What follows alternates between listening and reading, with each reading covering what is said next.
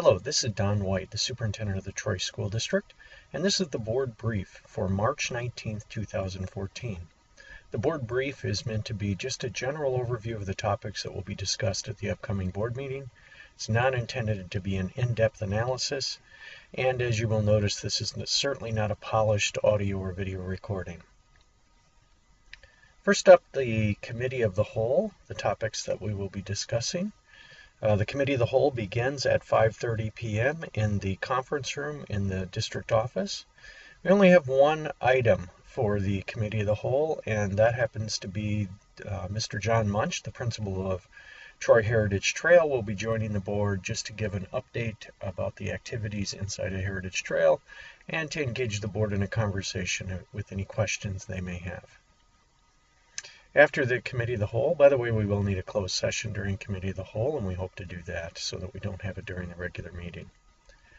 Then after the Committee of the Whole, this is a special hearing that we will be having on the outsourcing of non-instructional services. I will mention that it's going to be my recommendation, or will be my recommendation, that we not outsource custodial services. We had been discussing custodial services and also transportation, and at the end, after we did all of our work, I've concluded that it's not in the interest of our employees or certainly the district to move forward with outsourcing at this time.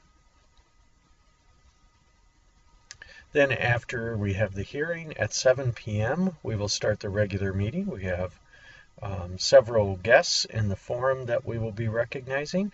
The Rotary Club would like to give away some awards to a few of our students. Then we are going to recognize the state wrestling participants. We had 7 students in grades 6 through 8 that went to state over at Northern Illinois University this weekend, so we're very excited that they'll be at the board meeting. And then we have our typical students of the month, where we recognize some of our best students and their achievements. We have quick reports from district office staff, typical kinds of consent agenda items. Again, assuming that we get our closed session done, we shouldn't need that during the regular meeting. Then we move into the action items. For personnel, we have a few resignations. We have one retirement request. We do have an appointment for administrator, and that happens to be the Director of Special Education. We have an appointment for an ESP employee. That's educational support personnel. We have one extra co-curricular appointment. We're going to be doing a soccer club or a soccer intramural program, so we're excited that we're adding that. And we have several appointments of substitutes. Again, I say this every month, we're always looking for substitutes, so if you are interested and have questions, please contact the district office. We'll be happy to help you with any of those questions and the process.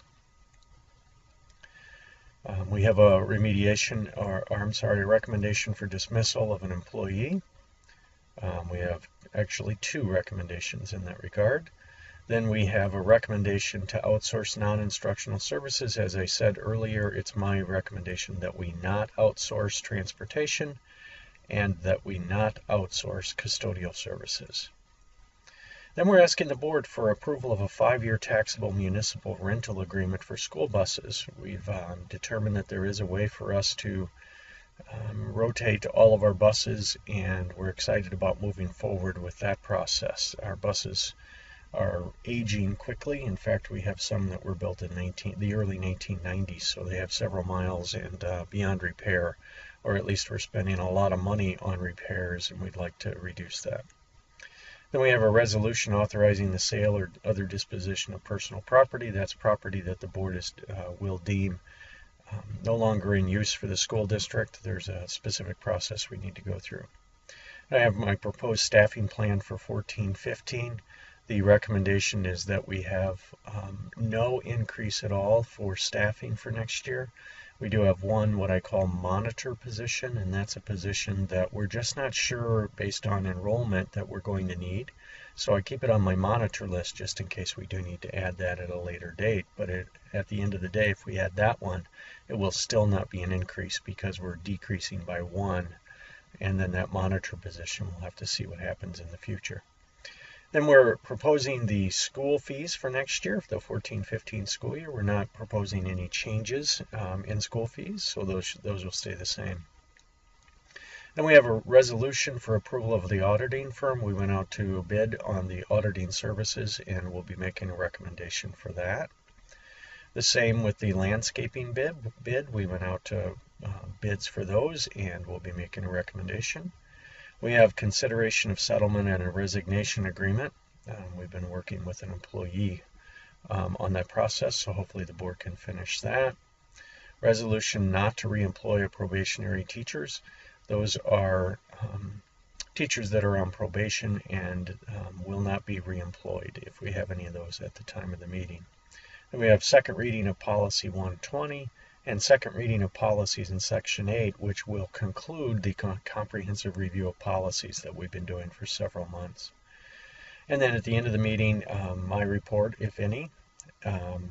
Then we have any letters and communications from the public to the Board of Education, any information and questions the board may have, comments from the public on agenda items, just a review of advanced planning, and should we need it, we have a closed session at the end of the meeting.